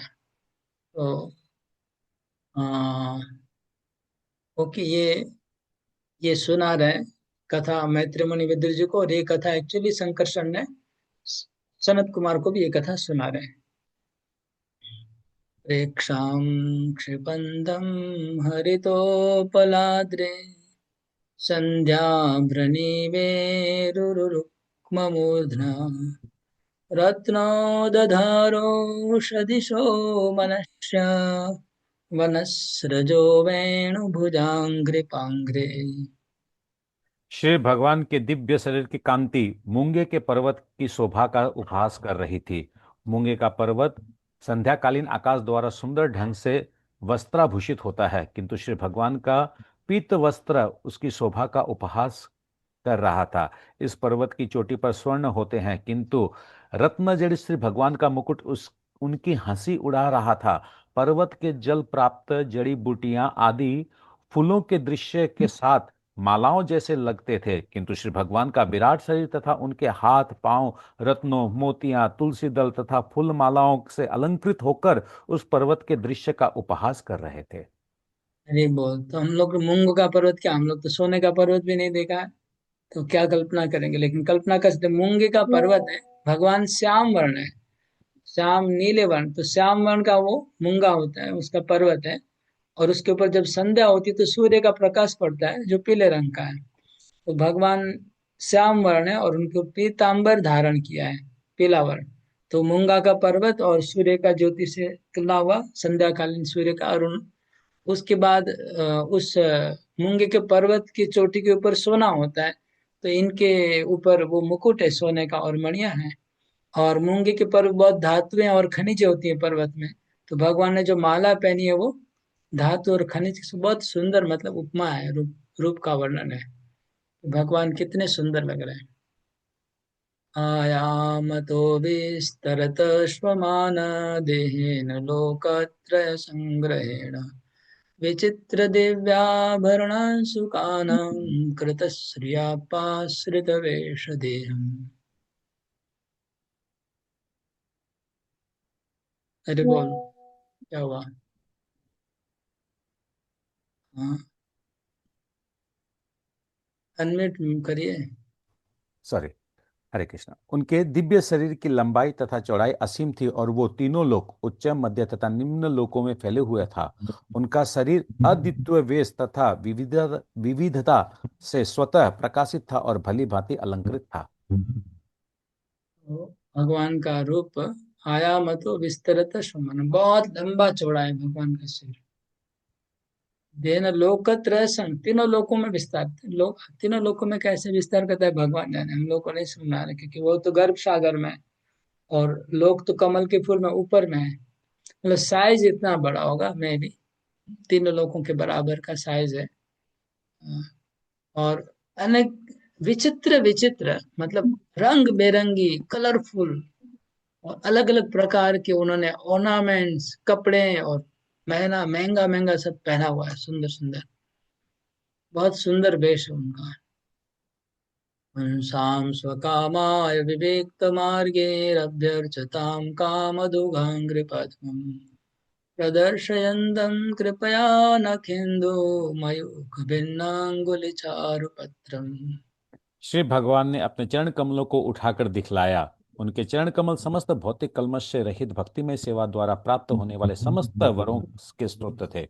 ऐसे वर उन लोगों के लिए होता है जो उनकी पूजा शुद्ध भक्ति भाव से करता है। उनके पांव तथा हाथ के में चंद्रमा सदृश नाखूनों से निकलने वाली दिव्य किरणों की प्रभा छटा फूल की पंखुड़ियों जैसी प्रतीत हो रही थी। चारुपत्रम, भगवान का जो चरण कमल है उसमें नख हैं, जो 10 उंगलियां तो 10 नख है, तो सब नख एक एक चंद्रमा जैसा लग रहा है। और उनकी उंगलियों से कमल फूल की पंखुड़ियां जैसी उंगलियां हैं, उसके ऊपर चंद्रमा जैसे नख है, नखेंदु। और भगवान प्रदर्शन करे, अपने पाँव को बढ़ा के रखें, क्यों बढ़ा के रखें, पुंसाम स्वकामाय, जो लोग भगवान को पूजा करना चाहते हैं और उनसे वरदान प्राप्त करना चाहते हैं, उनको वरदान देने के लिए आगे ही पाँव को बढ़ा के रखा है भगवान ने। हाँ, मतलब भगवान इतने कृपालु हैं, क्योंकि उनका उनका पाँव कैसा है, कामधेनु जैसा है, काम दूध अंग्री पद्मम। भगवान का जो चरण कमल है वो काम दूध है, जैसे कामधेनु से दूध निकलता है जो भी इच्छाएं पूरी होती है, ऐसे भगवान का चरण भी कामधेनु गाय जैसे, इसको जो भी अर्चन करेंगे उसको जो चाहिए मिल जाता है। तो भगवान ने खुद से अपना पाँव को बढ़ा के रखा है। हाँ, जैसे आप लोग अगर कभी पुरी में जाएंगे व किसी बड़े बड़े मंदिरों में जाएंगे, तो वहां पर जो बहुत सीनियर वरिष्ठ ब्राह्मण होते हैं, वो लोग अपना पाँव आगे से बढ़ा के रखते हैं ना, देखा आप लोग, ताकि लोग उनको प्रणाम करेंगे उनको। तो आप लोग ये देख के कैसे मन में ऐसा लगता है, अरे आपको ऐसा लगता है कि मन में कि अरे पाँव क्यों बढ़ा के रखा है, खुद का पूजा करवा रहे हैं क्या? ऐसा मन में विचार मत करना। अभी देखिए यहाँ पर क्या आ गया, तो वो कृपा करके पाँव बढ़ा के रखे, भगवान ने उनको वो ड्यूटी दे के रखा है कि तुम अपना पाँव बढ़ा के रखो, यही तुम्हारा सेवा है।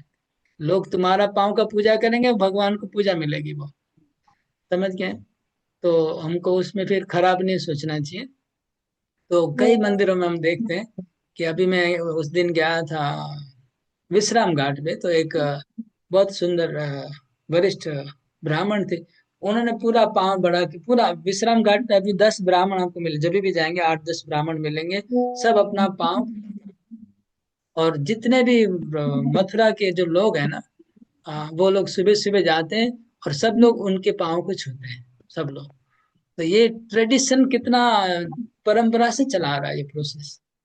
वो लोग सब जितने मथुरा वासी सुबह सुबह मंदिर दर्शन करते, सब ब्राह्मणों का पाँव छूते हैं। तो इससे कस्टम है, ये सिस्टम है, रिवाज है। तो इसमें खराब नहीं मानना चाहिए हम लोग को, उल्टा सोचना चाहिए कि लोग कितना कृपालु, खुद से अपना पाँव बढ़ा कर रखा है। देखिए उनको चिंता नहीं है कि हमको पाप लेना पड़ेगा, इतने लोग पाँव छू रहे हैं। कोई प्रणाम पैसा दे कि नहीं दे उसको मतलब नहीं है। ऐसा नहीं कि पाँव छूने से पैसा देना पड़ेगा, ट्राई करिएगा, सबको वो लोग आशीर्वाद देते रहते हैं। तो वो भगवान के प्रतिनिधि होकर आशीर्वाद दे रहे हैं। तो यही भगवान ने यहाँ पर पाँव बढ़ा के रखा है, यहाँ लिखा है स्पष्ट, प्रदर्शयंतम, प्रदर्शन करके अपने पाँव को, जिनको पूजा करना करिए। हाँ, यही करुणा है भगवान की। मुखेन लोकार्तिहरस्मितेन परिस्फुरत् कुण्डलमण्डितेन शोणायितेनाधरबिम्बभाषा प्रत्यर्हयन्तं सुनशेन सुभ्रवा। उन्होंने भक्तों की सेवा भी स्वीकार की और अपनी सुंदर मुस्कान से उनका कष्ट मिटा दिया। कुंडलों से सुसज्जित उनके मुखारबिंद का प्रतिबिंब अत्यंत मनोहरी था, क्योंकि ये उनके होठों के किरणों तथा उनके नाक एवं भौहों की सुंदरता से जगमगा रहा था। तो भगवान के चरण का जो लोग अर्चन कर रहे हैं, पूजा कर रहे हैं, उनको भगवान अपना सस्मित मुखेन, लोकार्ति हर स्मितेन, स्मितेन मुखेन, भगवान अपना मुस्कुराहट, मुस्कुराता हुआ अपना मुखड़ा भगवान सबको दिखा रहे हैं। और लोक आरती हर, लोक मतलब जनता का, आरती मतलब दुख, हरण, तो जनताओं को दुख का हरण करने वाला अपना मुस्कुराता हुआ मुखड़ा भगवान, और उनके दोनों तरफ कुंडल मंडित है ना, के कुंडल डोल रहे हैं उनके चेहरे पर दोनों तरफ। और सोनाई तेना अधर बिंब भाषा, उनके जो अधर बिंब है, हाँ, अधरों का जो बिंब है ये, वो सोनाइत मतलब इधर लाल रक्त वर्ण है, हाँ, खून के जैसे लाल लाल उनके मुखड़े, मुख, उनके जो होठ है दोनों भगवान के होठ लालिमा वाले हैं, लाल लाल है, सोनित है। और कुंडल है, आंखों में हंसी है।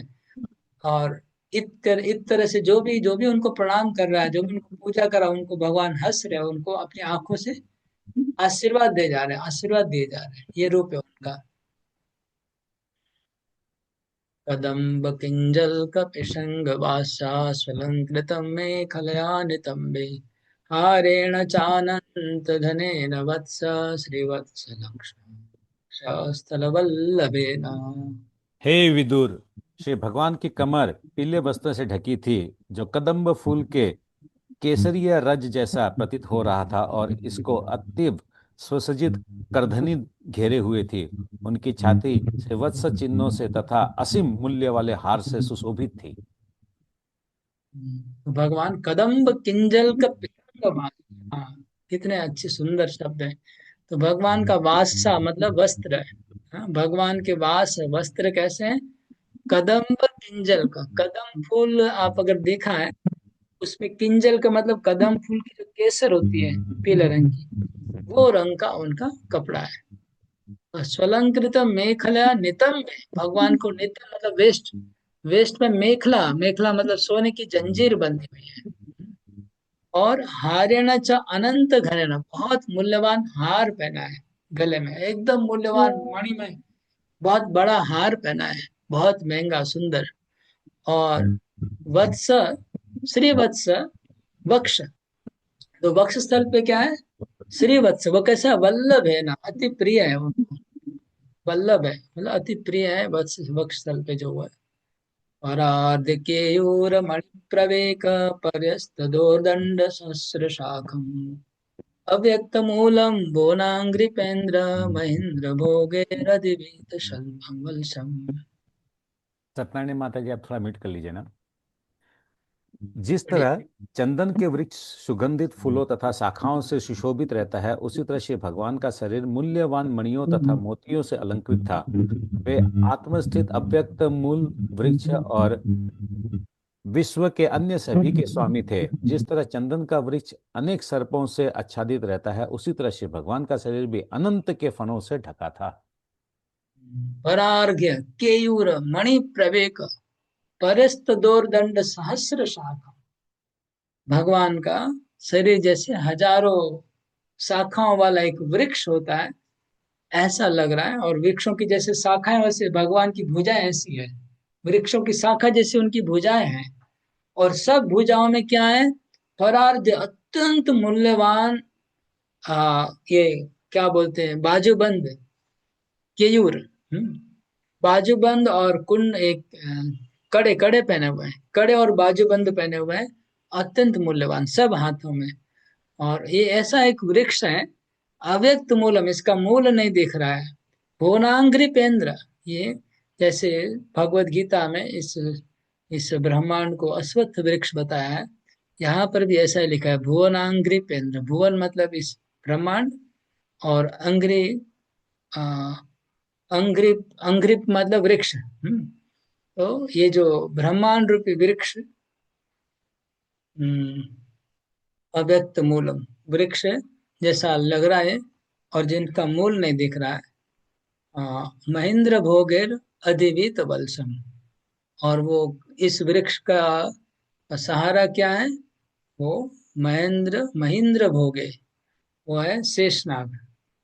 तो, भुवना अंग्रिपेंद्र लॉर्ड, तो भगवान इस भुवन रूपी जो वृक्ष है, उसके इंद्र है, उनके भगवान है। इसको थोड़ा बाद में मेरे को समझना पड़ेगा, मैं देखता हूँ कमेंट्री अभी छोड़ देता हूँ।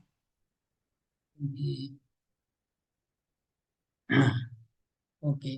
चराचरो को भगवन् महीद्र महीन्द्र बंधुम सलिलोपगूढ़म् किरीट सहस्र हिरण्य श्रृंग आविर्भवत्कौस्तुभरत्न गर्भम।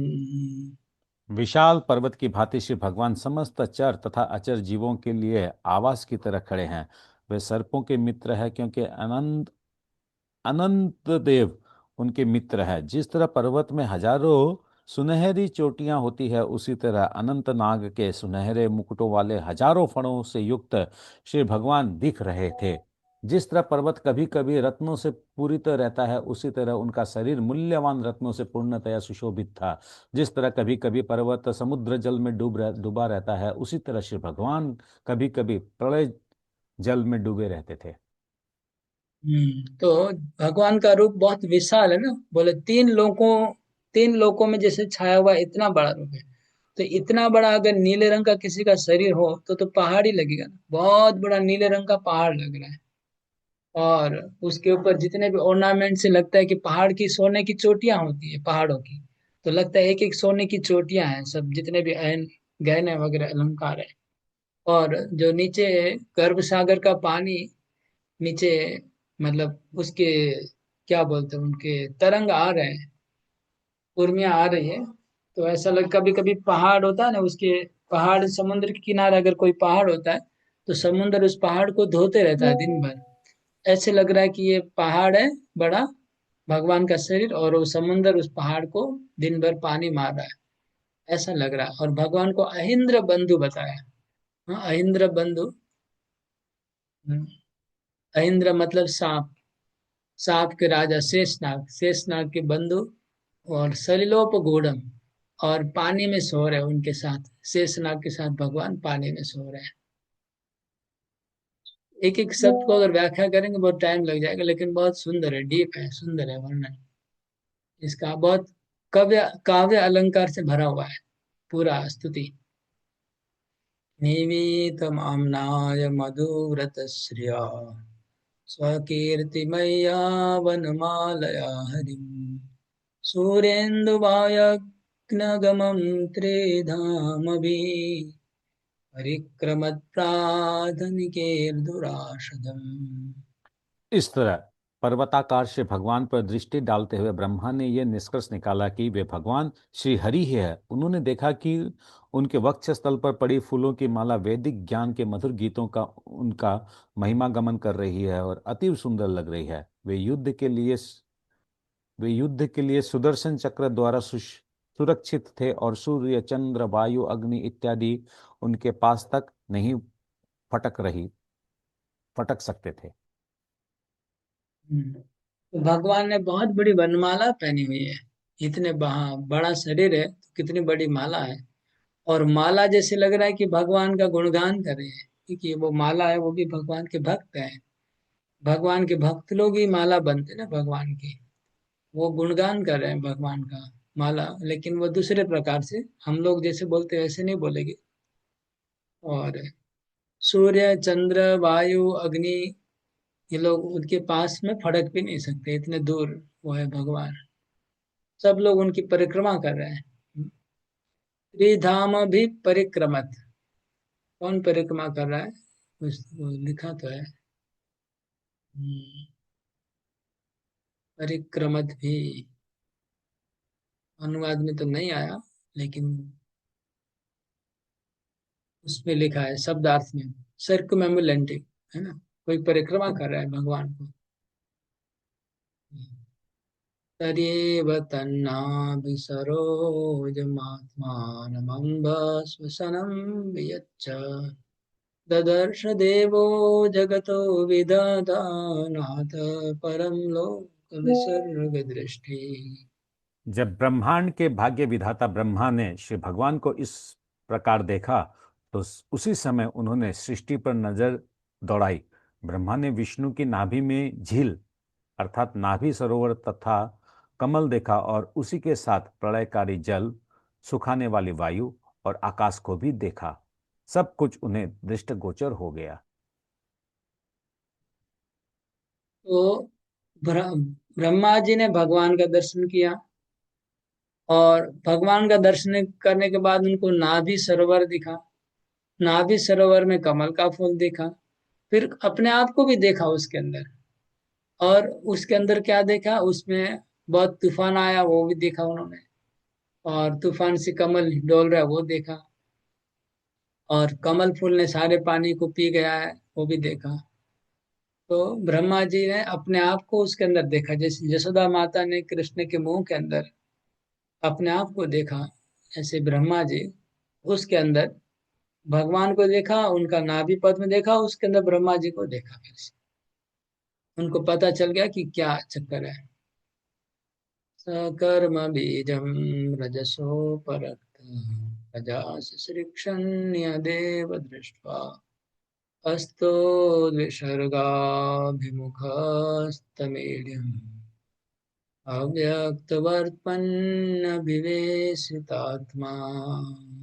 इस तरह रजोगुण से प्रेरित होकर ब्रह्मा सृजन करते हुए उन्मुख हुए और श्री भगवान द्वारा सुझाए गए सृष्टि के 5 कारणों को देखकर वे सृजनशील मनोवृत्ति के मार्ग पर सादर स्तुति करने लगे।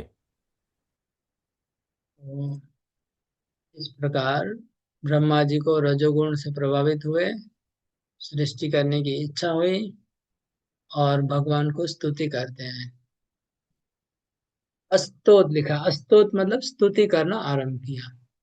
विसर्ग अभिमुख, मतलब विसर्ग, भगवान की सृष्टि क्या थी? सर्ग थी। ब्रह्मा की सृष्टि विसर्ग है, तो विसर्ग शब्द आया, विसर्ग अभिमुख। तो ब्रह्मा जी अपनी सृष्टि करने के, आरंभ करने के पहले भगवान को प्रार्थना करते हैं। तो यहाँ पर इस अध्याय की समाप्ति होती है। और इसके बाद वाला जो अध्याय है, चैप्टर 9, ब्रह्मा जी की स्तुति है। और स्तुति इतनी, मतलब इतनी भयानक है, इतनी स्पेशल है, इतनी स्पेशल है स्तुति, मतलब क्या बताऊं। 25 श्लोक है, 25, और सब बड़े बड़े श्लोक। हाँ? जो ब्रह्म संहिता का ट्यून है ना, उसी ट्यून में 25 श्लोक है, पूरे के पूरे। इस 25 श्लोक में समझ लीजिए एंटायर कॉन्सेप्ट, पूरा भागवतम का जितना भी सब्जेक्ट है, भक्ति की जितने भी सिद्धांत है, सब कुछ उसमें आ गया। मतलब ये 25 श्लोक के ऊपर ही अगर कोई सेमिनार करे ना, तो हमारा जो कृष्ण भावना का पूरा 100% फिलोसफी उसमें है, कुछ भी बचेगा नहीं बाकी। ऐसे 25 श्लोक है। और बहुत इंपॉर्टेंट श्लोक भी इसके अंदर है तात्पर्य में, सॉरी, ब्रह्मा जी की स्तुति में बहुत सारे इंपॉर्टेंट श्लोक हैं जो याद करने लायक हैं, मेमोरी श्लोक हैं। और प्रभुपाद जी के फेवरेट श्लोक भी बहुत सारे हैं। हरे कृष्णा। तो नेक्स्ट वीक हम लोग ब्रह्मा जी की स्तुति पढ़ेंगे, उसमें थोड़ा टाइम लगेगा, इसलिए ये जो लीला वाला था उसको थोड़ा फास्ट कर लिया। हरे कृष्णा कृष्ण कृष्ण हरे हरे, हरे राम राम राम हरे। कोई प्रश्न है तो पूछ सकते हैं।